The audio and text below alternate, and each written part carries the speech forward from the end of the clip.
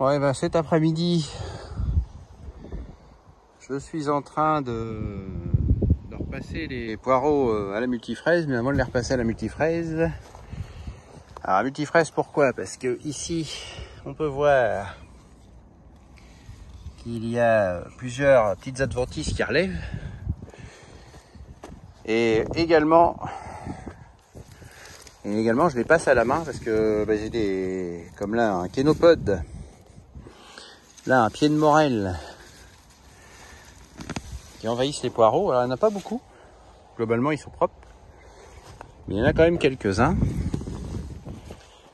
Et du coup, je préfère les enlever là. On a un petit pied de senson. Un beau pied de senson. Et du coup, je préfère les enlever vite fait à la main. Alors, les poireaux, on voit, ils n'ont pas tous le même développement. Parce que là, ici, c'est frêle. C'est très frêle. Bon, alors ceux-là, c'est des... Je me rappelle plus le nom.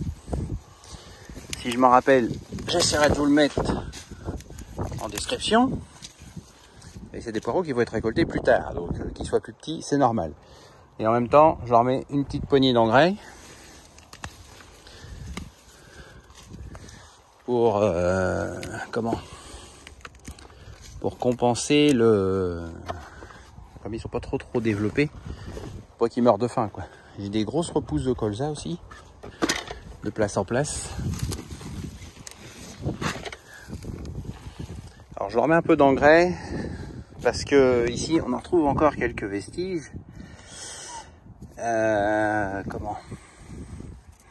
Avant ça c'était des carottes, et ils étaient paillés. Et donc la paille, je l'enlève pas, je la laisse. Ça m'a refait de l'humus, mais pour le coup, comme il a fait très sec, c'est pas trop, elle a pas trop pourri en fait. C'est pas trop décomposé cette paille. Et du coup, et là jackpot. Hein. Et du coup, comme elle s'est pas trop décomposée, elle est toujours là, elle est en train de se décomposer, mais ça se voit, ça fait un peu des ronds. Là, ils sont magnifiques les poireaux et on voit les oreilles un peu des ronds. Et les ronds, ça correspond à les endroits où il y avait plus de paille. Donc c'est parce que, là j'ai enlevé le poireau, tant pis.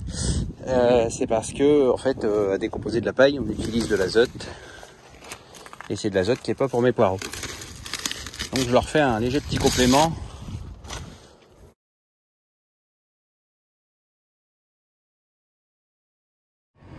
Ouais, bien ce matin on continue les semis de mâche. Donc je vous fais pas revoir toutes les vidéos en détail, hein, c'est pas la peine. C'est du déjà vu, c'est du réchauffé. C'est la partie 2, donc toujours de la mâche.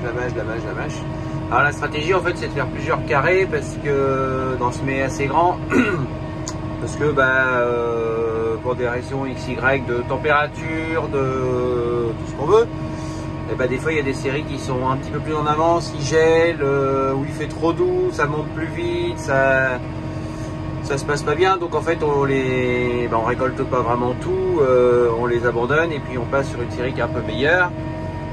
Donc le fait d'avoir plusieurs séries, et puis comme c'est du semis plein champ, ça ne marche pas toujours à tous les coups. On peut avoir des attaques de limaces, on peut avoir, comme là j'ai à côté, ici, là, celle-là elle s'est pris un petit orage, donc ça y a fait une croûte de battance. Et la graine de mâche a du mal un petit peu à sortir de tout ça. Donc pour des raisons XY, tout ne lève pas, tout ne pousse pas. Et c'est pour ça que j'en fais autant.